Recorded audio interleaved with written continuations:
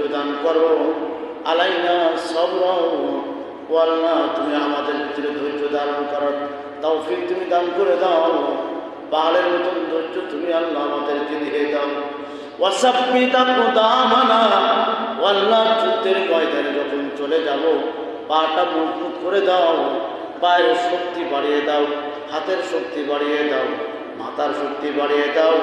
আল্লাহ রে, যুদ্ধের ময়দানে পরাজয় বরং যেন না হয়, বিজয় হিসাবে যেন বাড়িতে ফিরতে পারে, সেই তৌফিক আল্লাহ তুমি নসিব করে দাও।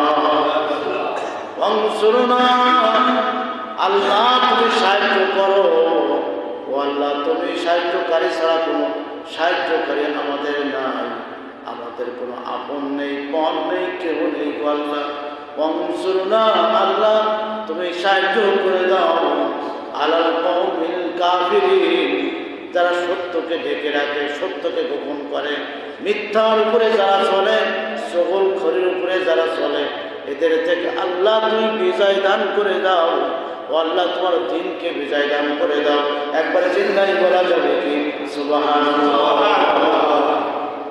এই দোয়াটা করে 5টা দেশ বিজয় লাভ করেছিলেন। আর আজকে এই দোয়া আমরা নামাজেও পড়ি, রোজা থেকেও পড়ি, বাড়ি পড়ি, ঘরে পড়ি, বিবির সামনে পড়ি, কিন্তু এখনো পর্যন্ত বিজয়ের মুখ আমরা দেখি না। কথা বলেন দেখি, এই দোয়া তো আমার হুজুর পড়েন, আমার ইমাম সাহেব পড়েন, আমার খতিব সাহেব পড়ে, আমরাও পড়ি, কিন্তু কোনো বিজয় হয় না। যে কথাটা বলতেছিলাম, এই দোয়াটা যিনি পড়েছিলেন পৃথিবীর ইতিহাসে একজন বিজাতা নাম তার তালুত। নাম বললাম কি বলেন তো? নাম তার তালুত।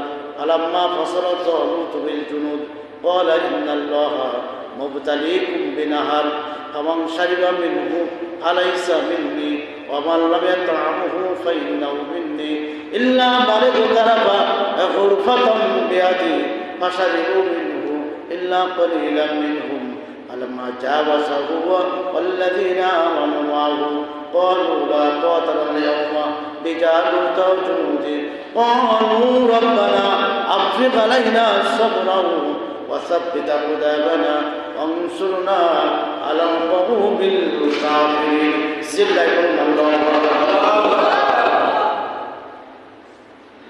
শাব্বির আলাইহিস সালাতু ওয়াস সালাম জামানার একটু বক্তৃতা। উনি আমেরিকা সম্প্রদায়ের ভিতরে মানুষ জুলুমবাজ, অত্যাচার, নির্যাতন একের পরে এক শুরু করেছে। মানুষগুলো মানুষ নেই, এই মানুষের ভিতরে 5টা খাসলাত ছিল। কয়টা খাসলাত বলেন তো? জোরে বলুন, কয়টা খাসলাত? 5টা খাসলাত। ভাই আসেন সামনে আসেন। আলহামদুলিল্লাহ। এদের ভিতরে 5 লাখ খাসলাত ছিল। কয়টা খাসলাত বলেন তো? 5টা। ভালো করে বুঝবেন, কোরআনের আলোচনা, ছোট্ট একটা আলোচনা, ভালো করে বুঝবেন। কয়টা খাসলাত ছিল? 5 লাখ খাসলাত। 1 নম্বর হচ্ছে কথা বললে মিথ্যা কথা বলতো। 1 নম্বর কি? মিথ্যা কথা বলতো। 2 নম্বর হোক বা না হোক গাইলুবাজ ছিল।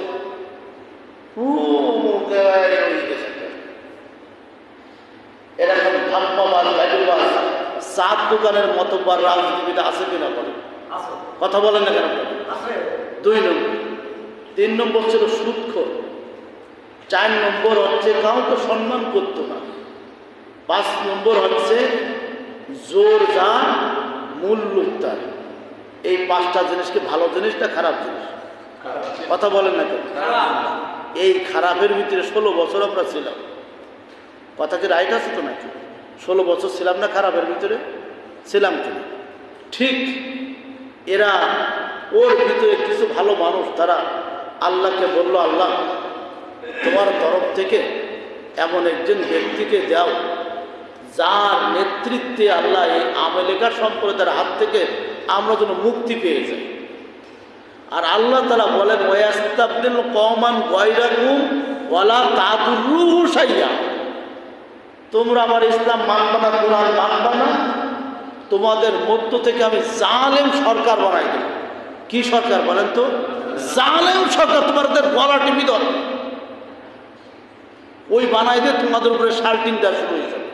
এবার শাল্টিং মায়ের খাতি খাতি যখন পাইল না, তখন বলল আল্লাহ সবরা বসাবকি তাকে দেওয়া না, আল্লাহ আমরা ধৈর্যশীল হবা না, আমরা ভালো হয়ে যাবে না, কান ধরে বলতেছি আল্লাহ আমাদেরকে ক্ষমা করে একটা ভালো মানুষ পাঠায়। আল্লাহ তাআলা জুম্মার প্রাক্কালে হযরত শামবিল আলাইহিস সালামকে পাঠালেন। জোরে বলুন সুবহানাল্লাহ। শামবিল হচ্ছে বড় মানুষ, তার পক্ষে জালুত বাহিনীর বিরুদ্ধে যুদ্ধ করা সম্ভব।